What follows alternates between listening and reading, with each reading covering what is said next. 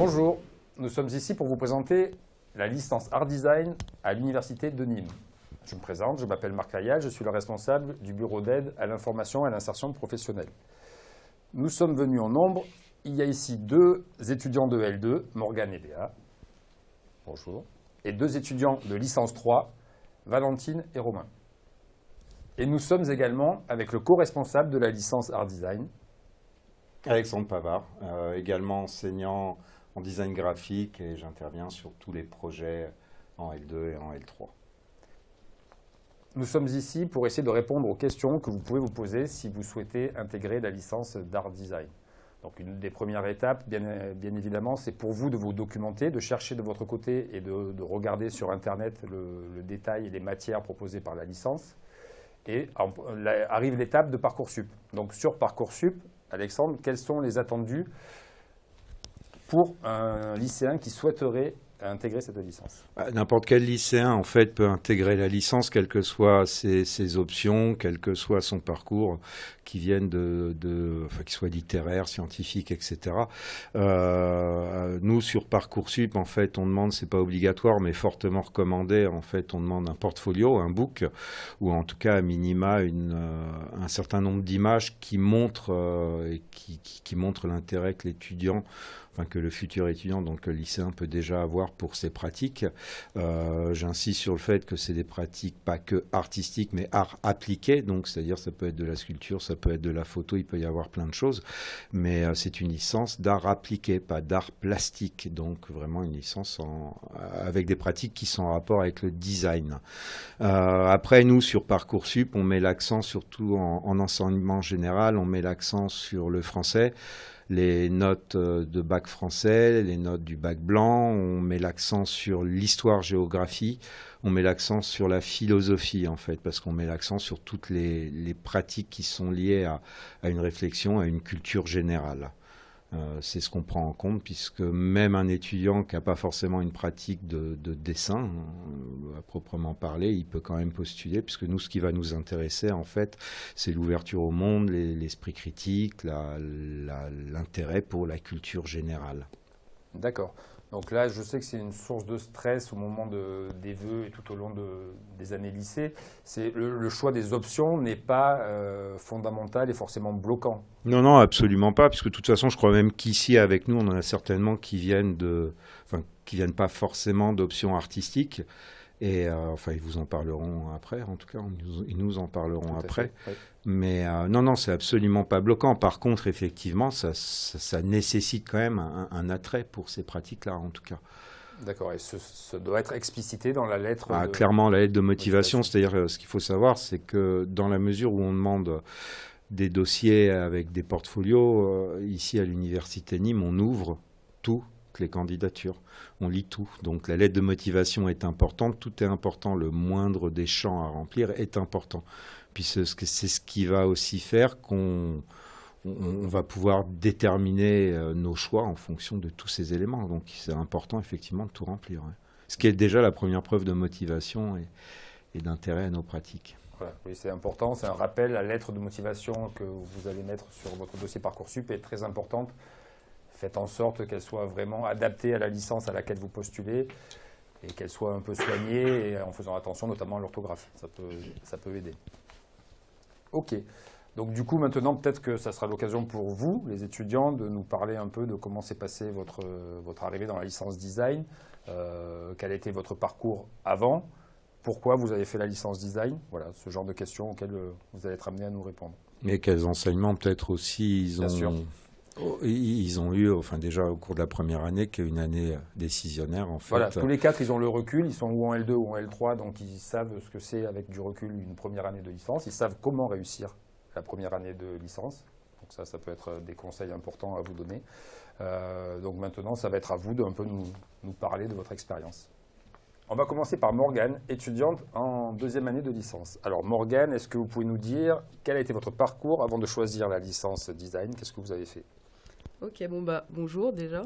Donc moi, quand je suis partie du lycée, je suis partie avec un bac L, avec les spécialités du coup art plastique et humanité, littérature, tout ça.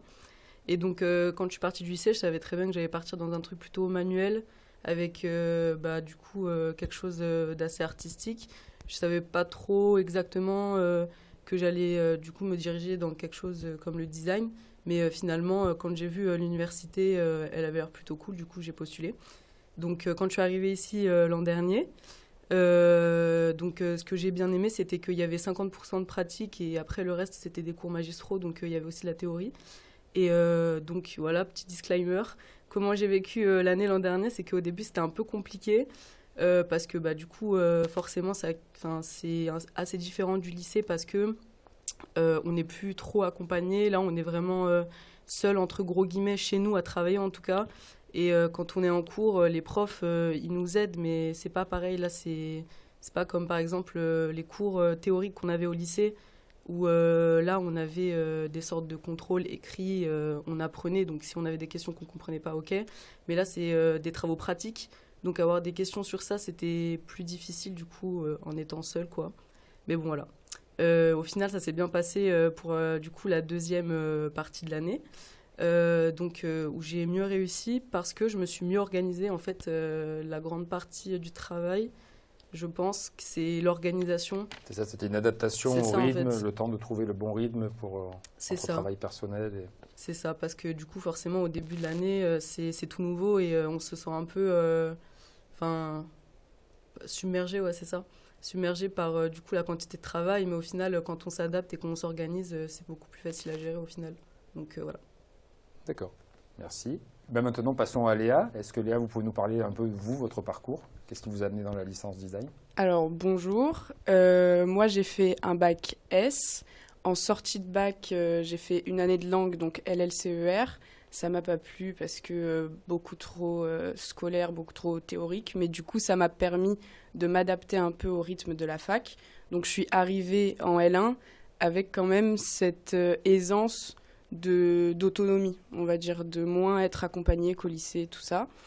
Donc comme l'a dit Morgane, on a beaucoup de pratiques et les CM sont liés à la pratique, bien que certains on peut les trouver peu intéressants au début, mais en vrai tout est lié, vraiment tout ce qu'on apprend en CM ça peut nous resservir dans la pratique, que ce soit les références que les profs nous donnent ou des idées sur le design qu'on ne connaît pas forcément en arrivant en L1, parce que personnellement je ne savais pas du tout ce qu'était le design.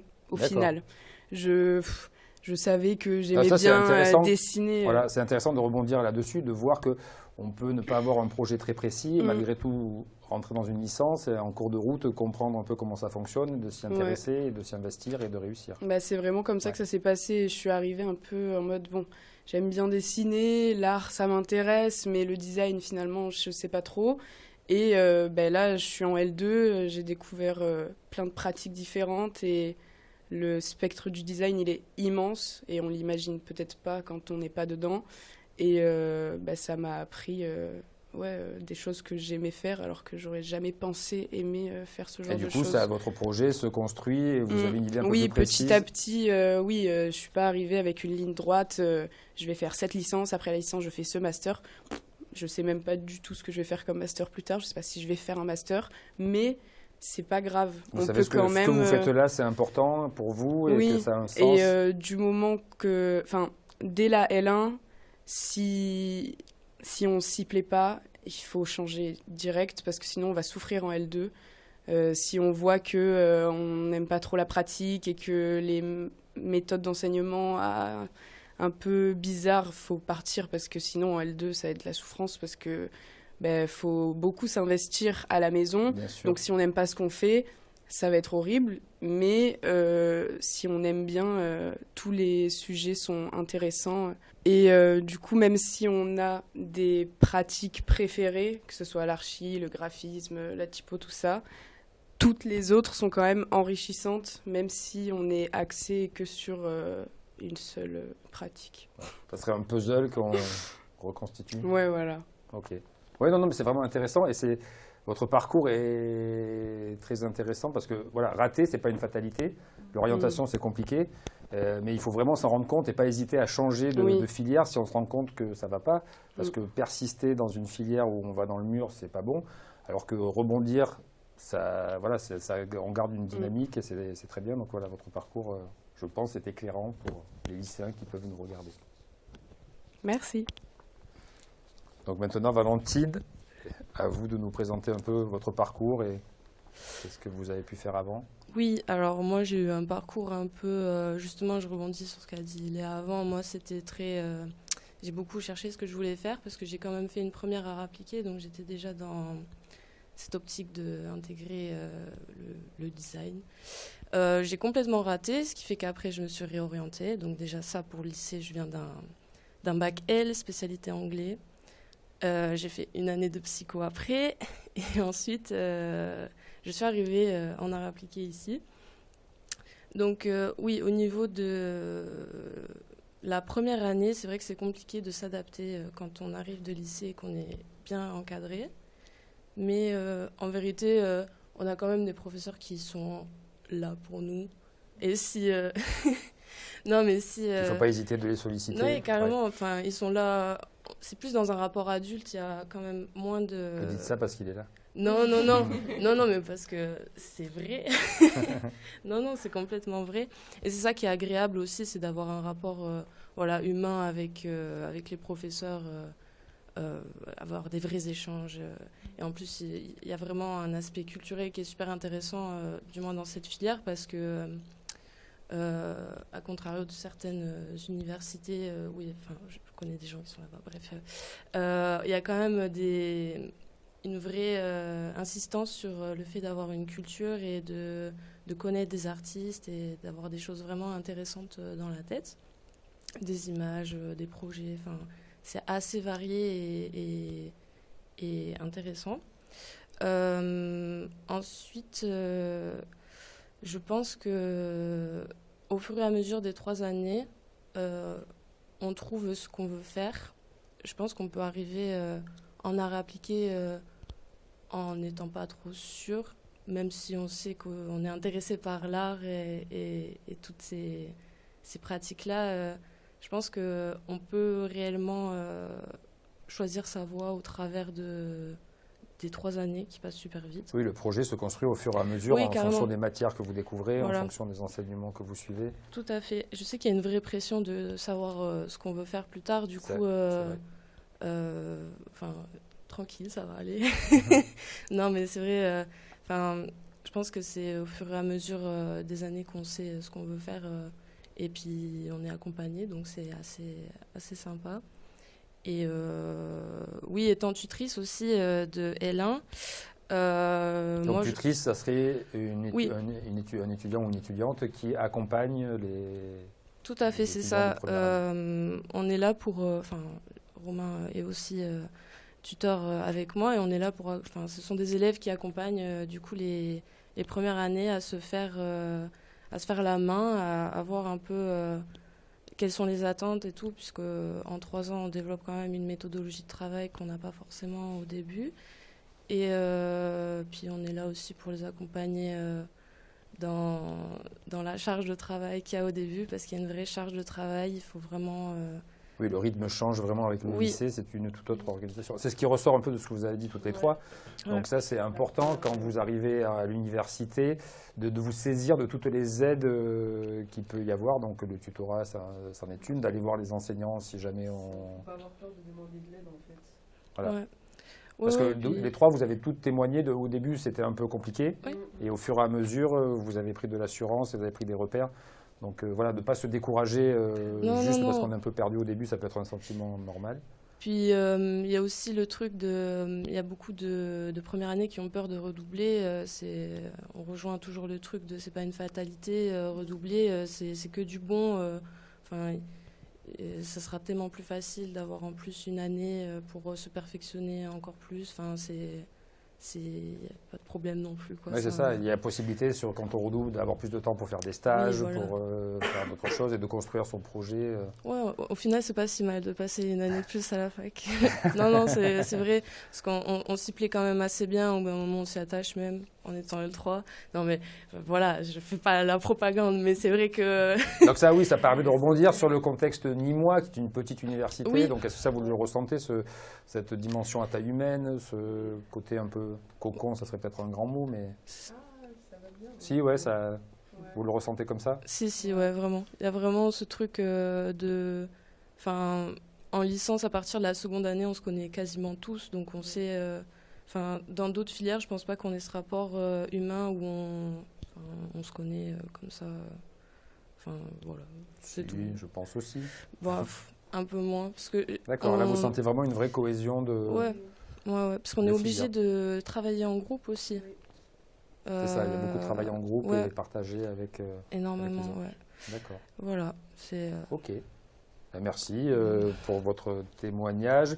Un bel exemple qu'on peut avoir s'être trompé dans son choix après le bac une fois, 2 fois, et après de trouver sa voie et de réussir et d'être là en 3e année aux portes d'obtenir votre licence.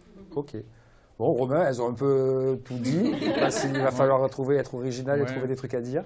Déjà, dites-nous ce que vous avez fait avant. Sur mon parcours, peut-être un petit peu original. Le lycée, il a été un peu compliqué.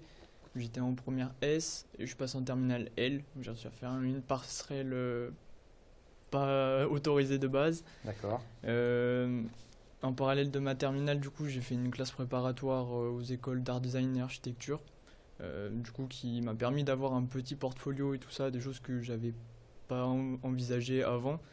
J'ai toujours eu un attrait pour le dessin, le design et tout, mais sans plus. Et du coup, à partir de là, j'ai voulu me diriger du coup, dans des études dédiées à ça. Et c'est comme ça que je suis arrivé en L1. Et moi, j'ai kiffé la L1 pour le coup. D'entrée. D'entrée, Vous étiez- ouais. Enfin, vous aviez une année de prépa qui vous a permis peut-être aussi de faire la transition. C'était vraiment en parallèle de ma terminale. Ah, d'accord, C'était dans un autre lycée. Non, vous êtes arrivé à l'université, vous avez... Ouais, mais en fait, Dessus, t'es bien, bah. j'ai tout de suite accroché avec les cours et en fait, ce qui fait peur, c'est la quantité de travail et du coup, il faut une organisation vraiment en béton. Et vu que je kiffais ce que je faisais, ben, j'avais pas de problème à beaucoup travailler et du coup, j'étais très bien organisé. Et au final, je me suis pas senti débordé et j'avais même du temps de fou pour faire autre chose. Donc, c'était ok et surtout... Faut le dire, nous, quand on était en L1, c'était le contexte de Covid, donc on était pas mal à distance et du coup les tuteurs de l'époque nous ont beaucoup aidés. Déjà parce qu'ils sont plus âgés et qu'ils connaissent la fac, donc ça fait un point d'appui. Puis pour les cours, ils nous aident aussi pas mal et du coup au final c'est des gens avec qui on garde contact derrière. Enfin, je sais que des tuteurs qui du coup ont 2 ans de plus que nous, on est toujours en contact aujourd'hui. Donc c'est aussi intéressant de créer un crée réseau. un réseau de... C'est ça. D'accord. Ok, très bien. Vous parlez, oui, du travail qu'il faut fournir en première année. Donc à peu près, pour présenter, donc en gros, c'est combien d'heures de cours par semaine, à peu près? Ça revient à peu près à des emplois du temps de lycée. Genre ça ressemble, oui. Mais la quantité de travail derrière est beaucoup plus importante vu qu'il y a beaucoup de choses pratiques. C'est pas juste apprendre les cours à lire le soir, parce qu'il y a une partie de ça, mais il y a une grosse partie de faire et refaire et refaire. Et au final, si on n'est pas organisé, du coup, on se retrouve vite débordé et les rendus ils arrivent vite et c'est la cata. Oui, c'est ça vraiment qui change par rapport au... C'est ça, oui, c'est la pratique. On n'a pas des devoirs ouais. à faire de façon basique, il faut créer des choses, il faut Ouais, produire. du coup, on a des devoirs, mais les délais sont en général assez longs. Et du coup, il faut s'organiser à se mettre des délais soi-même, se mettre certains délais, parce que sinon, si on se dit, il reste 3 semaines, ça va. Et il reste 2 jours et ça va plus. Donc c'est vraiment ça, parce que c'est des grands délais, alors quand on est au lycée, c'est un devoir à rendre dans une semaine ou quoi. Donc c'est plus facile, oui, de se C'est plus mobiliser facile. vite dessus. Donc là, c'est vraiment, il y a ce travail à faire pour s'organiser, C'est ça. pour organiser son travail. D'accord. Oui, c'est intéressant de le dire, effectivement. Ok, merci beaucoup pour vos témoignages. Je pense que c'était quand même assez éclairant. Il y a eu des parcours assez divers, des sentiments divers aussi par rapport à comment se passe l'entrée à l'université. Donc ça vous montre un peu tout ce qui est possible. Donc voilà, Là où il faut vraiment insister, c'est de ne pas se laisser dépasser tout seul dans son coin, de demander de l'aide si on en a besoin, aux tuteurs, aux enseignants, vraiment de solliciter les personnes, au service d'orientation que je représente, le BA2IP par exemple, de venir nous voir si ça ne va pas. S'il y a quoi que ce soit qui ne va pas, de venir en parler, on essaiera toujours de trouver des solutions. Et moi j'aimerais insister sur, parce que c'est tout ce qu'ils ont dit en fait, c'est qu'on est à l'université, mais on est dans une filière particulière avec des pratiques particulières. Et effectivement, de la part du corps enseignant, on a l'exigence d'enseignants qui pourraient être en prépa. On leur en demande énormément. Comme je crois que c'est Valentine qui en parlait tout à l'heure, on a un rapport avec eux d'adulte à jeune adulte, hein, mais d'adulte à adulte, et on leur fait prendre leurs responsabilités. Donc, comme le disait Romain et tous d'ailleurs, c'est vrai que ça demande un engagement à part entière. Le design, c'est une pratique d'engagement. Et sans engagement de la part des étudiants, il n'y a pas de réussite possible. Pour revenir sur le travail, on demande à peu près à 2 heures de travaux dirigés. Donc, on demande en présentiel, donc à l'université, on demande 3 à 4 heures de travail personnel. On le demande d'autant plus qu'un travail dirigé, en fait, ça sous-entend une production d'une semaine sur l'autre de la part de l'étudiant. Si la production n'est pas faite, on ne peut pas progresser, on ne peut pas échanger, on ne peut pas avancer. Donc on demande énormément de travail, en sachant qu'on est à l'université et qu'un semestre universitaire dure 3 mois à peu près. Donc ça veut dire que pour les étudiants qui s'engagent dans la pratique, il faut qu'ils s'y engagent pleinement. En première année, ils sont 250 à peu près. Donc il est clair que même si on est une petite université, on ne peut pas tous les suivre. Et ça demande un investissement, un engagement de leur part. Pour rejoindre ce que tu disais, Marc, effectivement, on reste assez disponible quand même, nous enseignants, pour répondre à leurs questions en cas de problématiques ou autres. Mais sans engagement de leur part, un engagement, donc c'est-à-dire 2 heures de travail, 4 heures chez soi, c'est pas 4 heures à travailler sur, comme le disait Romain tout à l'heure, à apprendre des cours. Ça va être travailler, dessiner, ça peut être regarder des documentaires, c'est lire des livres, c'est tout ça ce travail en fait. On demande un gros investissement aussi à ce niveau-là sur le travail de culture en fait. Faut, comme je te le disais tout à l'heure, en fait, pourquoi la philo, pourquoi le français, pourquoi l'histoire géo, on leur demande de s'intéresser au monde. De sortir de leur petit nombril et d'aller voir ce qui les entoure, quoi, puisque nos pratiques s'adressent au monde en fait et pas à nous. C'est pas des pratiques auto-centrées, donc ça c'est super important. Et voilà, et c'est d'autant plus important qu'en plus à partir de la 2e année, de la 3e année, on fait énormément de projets, on est énormément en atelier puisqu'on a la chance d'avoir des ateliers à l'université, des ateliers d'édition, des ateliers bois, on a des coupes laser, etc. On est la seule université en France à être équipée comme ça. Et donc, ça demande forcément, nous, enseignants, on a une demande en exigence qui est exacerbée du fait de ce qu'on leur fait faire après en 2e et 3e année. Quoi. D'accord. Merci. Je pense que ça aussi, c'était éclairant pour vous, de vous rendre un peu mieux compte de comment ça se passe. Après, dans le concret, les cours, c'est des cours, il y a des... Donc à l'université, il y a des cours en amphi, des cours en TD, des cours... Ouais, effectivement, Morgane me dit aussi autre chose, c'est que parce que tous les ans, on est confronté à la même problématique. Nous ne faisons pas d'architecture à l'université de Nîmes. Pour tous ceux qui voudraient se diriger vers l'architecture, alors c'est faisable, hein, on en a certains qui au bout de 3 ans rentrent dans des écoles d'architecture, mais on va pas faire... On peut y faire écho, on peut en parler, mais on ne fait pas d'architecture et tout particulièrement d'architecture d'intérieur. Effectivement, c'est important d'en parler parce que sur les salons, ça n'existe pas ici. La question très souvent. Par contre, ça ne veut pas dire que, là je parlais de l'architecture, ça ne veut pas dire que même si certains domaines du design sont moins abordés que d'autres, que ça ferme des portes pour entrer dans d'autres écoles, puisque là en plus on a la chance depuis 2-3 ans à l'université de Nîmes d'avoir un certain nombre d'étudiants qui sont rentrés dans des écoles plus que réputées sur le territoire national, voire international, avec des résultats assez exceptionnels, et on en a de plus en plus tous les ans, quoi. Donc oui, même si la licence n'est pas vraiment faite pour préparer au métier d'architecte d'intérieur, ça pourrait être une étape malgré tout après 3 ans de licence. Pour ceux qui bloquent vraiment sur l'architecture d'intérieur, c'est pas à l'université Nîmes. Non, c'est pas ici. Du tout. Oui, ça c'est important de le dire parce qu'effectivement, oui, c'est une question qui revient très souvent. C'est pour ça que nous permettons de l'aborder.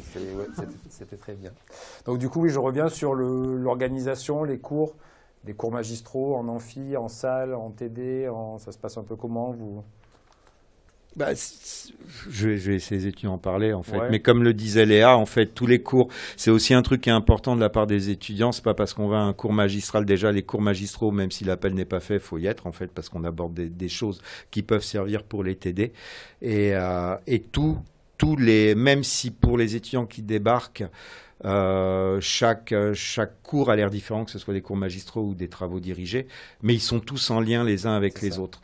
Nous, enseignants, le corps pédagogique, on discute, on sait ce que font les autres, donc on adapte aussi nos différentes interventions, qu'elles soient en pratique ou en théorie, à des projets, et c'est surtout en plus des choses qui sont construites sur les 3 années.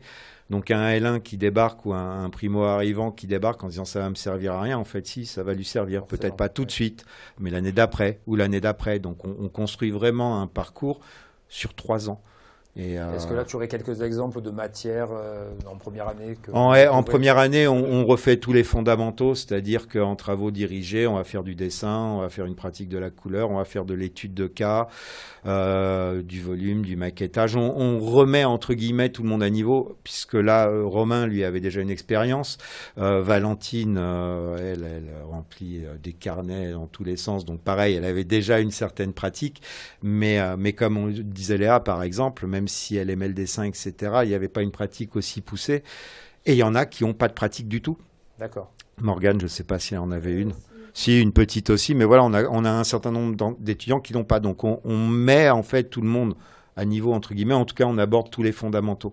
Puisque dès la 2e année, on est en travail dirigé, mais sous forme de projet. Il y a 4 gros projets, des projets liés à l'espace, des projets liés au graphisme, des projets liés aux biomatériaux, des projets liés à tout un tas de pratiques du design. Donc pour pouvoir mener à bien ces projets-là, effectivement, en L1, on revoit tous les fondamentaux, ce qui peut être rébarbatif, mais en même temps, pas franchement pour tout. Non, mais c'est pareil, Romain, c'est aussi un ovni, donc... Voilà, on a des étudiants voilà, c'est-à-dire que les étudiants qui persistent en tout cas ou qui s'investissent, à partir de la 2e année, ils trouvent leur bonheur et leur voie pour certaines. Je vous passe bien sûr. C'est juste en tant qu'étudiante et du coup je l'ai vécu par rapport aux cours magistraux, donc comme disait Monsieur Pavard, c'est que souvent au début on a la flemme d'y aller parce que du coup c'est pas obligatoire et on se dit bon je suis fatiguée, je préfère dormir parce que j'ai travaillé toute la nuit sur les travaux pratiques que je suis en train de bosser par exemple, mais franchement avec du recul c'est hyper important et même personnellement ça nous apporte beaucoup de culture et c'est hyper important en fait, mais même pas que artistique, on aborde aussi genre juste des problématiques sociétales et c'est juste grave cool d'avoir autant de culture. Voilà. C'est tout. C'est vrai que c'est important. Ok, merci. Est-ce que vous voyez quelque chose à rajouter sur quels conseils il faudrait donner sur est-ce que vous voulez aborder un thème en particulier? Je pense qu'on a un peu tout dit. Vraiment, je pense les mots-clés, c'est organisation, investissement et culture, engagement, Être curieux. Être curieux de fou. À ça, vraiment, beaucoup. Faut aller dans les musées, faut regarder partout, faut s'inspirer de tout, c'est parce que sans ça, en fait, tout ce qu'on fait, ça n'a pas de saveur. Il faut s'inspirer de plein de trucs. On ne peut pas pondre quelque chose comme ça. Ça n'existe pas. Tout est inspiré. Il y a des références de tout. Et c'est pour ça que... on insiste un peu, mais les CM, c'est bien, en vrai. Il faut bien sûr y aller aussi. Donc aussi, ce qu'on peut dire, c'est qu'effectivement, comme tu disais Alexandre, on n'est pas obligé d'avoir une pratique intensive avant de venir. Au moment où on y est, bien sûr. Mais avant, on n'est pas obligé encore d'avoir vraiment de produire des quantités de dessins, de photos. Il faut être extrêmement motivé et s'attendre à travailler beaucoup. Mais en même temps, qu'est-ce que c'est que si on met bout à bout, c'est 6 mois dans l'année, ça passe vite 6 mois. Et il faut être curieux, et c'est comme le disait Léa, il faut être curieux, il faut s'intéresser, y compris à ce qui ne nous intéresse pas normalement. C'est pour pouvoir développer un esprit critique. Et Donc voilà. Et au niveau, pour parler réussite, pour parler de plus concret, donc ça se passe comment? Il y a du contrôle continu, il y a... Contrôle continu, on fonctionne uniquement en contrôle continu, donc il n'y a pas de partiel, ce qui fait en fait que certains cours se terminent beaucoup plus tôt dans l'année, mais ce qui permet aussi, et de plus en plus d'étudiants le font, de profiter de cette période pour faire des stages. Oui. Puisqu'ils sont accompagnés, c'est bien placé pour le savoir. Ça, oui. Et on a de plus en plus d'étudiants qui justement font des stages, voire, alors après ça se passe surtout avec les L2 ou les L3, en règle générale, vu qu'on finit les cours mi-avril ou une semaine avant fin avril, ce qui s'est passé l'année dernière, ce qui s'est passé l'année d'avant, souvent des étudiants restent pour continuer à développer des projets et où un certain nombre d'enseignants dont je fais partie les accompagnent pour mettre en place des projets qui sont plus personnels. On a édité un livre. En ce moment, avec les étudiants de L2, on travaille sur un projet d'exposition avec un graphiste typographe internationalement reconnu. D'accord. Donc, projet qui sera mis en œuvre définitivement. En tout cas, on travaille dessus, mais on fera la conception dans les 2 semaines qui vont suivre la fin des cours. Donc voilà, donc faut s'investir, faut travailler. Partir du principe que c'est pas parce que c'est université qu'on travaille pas, bien au contraire, puisqu'on est vraiment en mode prépa, nous, ici. D'accord, ça c'était important de faire passer ce message. Et donc après, donc une licence c'est 3 ans, on obtient son diplôme au bout de la 3e année, et donc dans le projet, la suite est souvent de se spécialiser par la suite en master. Vous en L3, peut-être que vous vous projetez un peu plus, et si vous avez une idée aussi. Ok. Oui, du coup, fin de licence, personnellement, ce que je vais faire, c'est demander postuler à des masters. Mais là, faut postuler partout, quoi. J'ai tenté, par exemple, je dis des noms directement, l'AIRA à Strasbourg ou l'ESAM de Caen, l'ENSAMA à Paris. Enfin, ceux qui regarderont ça, les ados, les lycéens, peut-être ça vous dit rien, mais si vous venez après, vous allez comprendre que c'est quand même des vraies écoles avec des vrais trucs et tout. Et en fait, on peut... on paraît peut-être un peu des clowns parce que université, c'est souvent théorie, et à côté de choses comme le DNMAID ou... on se dit, voilà, ils font pas grand-chose. En fait, non. Et du coup, je pense quand même qu'on a des grandes chances de rentrer dans des pratiques vraiment cotées, quoi. Comme l'a dit précédemment M. Pavard, il y a quand même des gens qui ont réussi, donc je vois pas pourquoi on ne réussirait pas nous. Mais du coup, oui, moi, je suis vraiment basée sur l'édition, le print, l'illustration, tout ça, c'est vraiment mon objectif et j'espère que je vais y arriver. Voilà. On le souhaite. Voilà, youpi. Donc l'OVNI qui avait nous... 2 ovnis. Ah oui, c'est lui qui aime la L1. Du coup, l'OVNI, il postule exactement la même chose. D'accord. L'OVNI est copieur. L'OVNI est copieur. Après... du coup, on postule sur des choses d'édition, graphisme, print et tout ça, mais c'est large, le master, ça... Il n'y a pas que ça, genre, on peut aller dans du textile, dans des choses plus numériques, justement, après, du coup, l'architecture, pour ceux qui veulent et qui ont pu venir jusque-là, du coup, il y a plein de voies possibles, et c'est justement une ouverture... La base large de connaissances que vous avez pu acquérir permet de rebondir dans plusieurs masters. Ok. Merci. Au niveau L2, est-ce que vous avez déjà une idée de la suite? Pas encore, c'est pas encore tout à fait précis. C'est pas du tout précis. D'accord. Mais ça fait partie des parcours, ça peut se décider de L3, oui, bien sûr. Et faut pas hésiter à demander aussi pour l'orientation, oui. Que ce soit BA2IP ou alors les étudiants, quand on est en L1, faut parler au L2, faut parler au L3. Quand on est en L2, faut parler avec les L3. Faut aussi demander aux profs. On n'ose peut-être pas au début, mais pour qu'ils puissent nous aider à avoir des idées, parce que c'est vrai que oui, l'orientation, ça peut se faire sur une discussion. Des fois, on a un déclic suite à une discussion, suite à quelque chose qu'on a vu à la télé, en reportage ou quoi que ce soit. Il faut être toujours curieux et essayer de faire des stages pour essayer de creuser si la voie choisie vous plaît. Et c'est pas parce qu'on ne sait pas ce qu'on veut faire que c'est la catastrophe.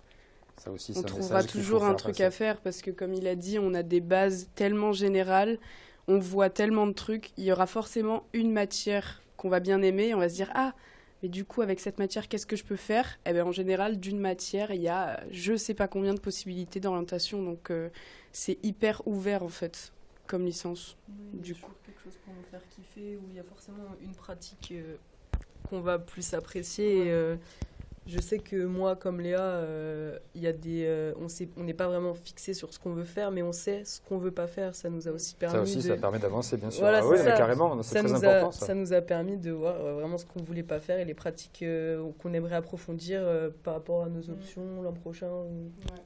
Voilà.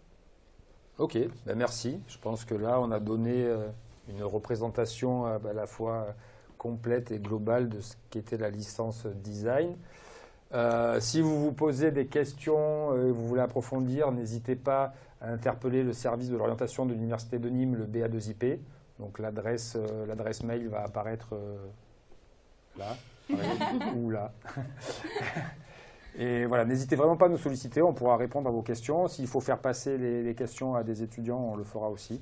Donc n'hésitez pas, parce que c'est vraiment important de bien se renseigner, de ne pas découvrir ce que ça va être la licence design une fois que vous y rentrez. C'est quand même bien d'avoir déjà une idée des matières abordées, et ça, vous pouvez aussi le trouver sur le site de l'Université de Nîmes. Et vous pouvez venir aussi voir les projets de fin de cycle des étudiants de L3 qui seront présentés le 20 et 21 avril sur le site Vauban. D'accord. Et bah c'est ça, aussi oui, l'occasion, comme aux journées portes ouvertes, c'est l'occasion de voir un peu le champ des possibles concrètement. et voilà, et discuter avec les étudiants aussi. Donc le Quoi. 20 et 21 avril, site Vauban de l'Université de Nîmes. N'hésitez pas à venir, effectivement. Ok, merci beaucoup. Merci. Et bon courage dans votre orientation. Au revoir.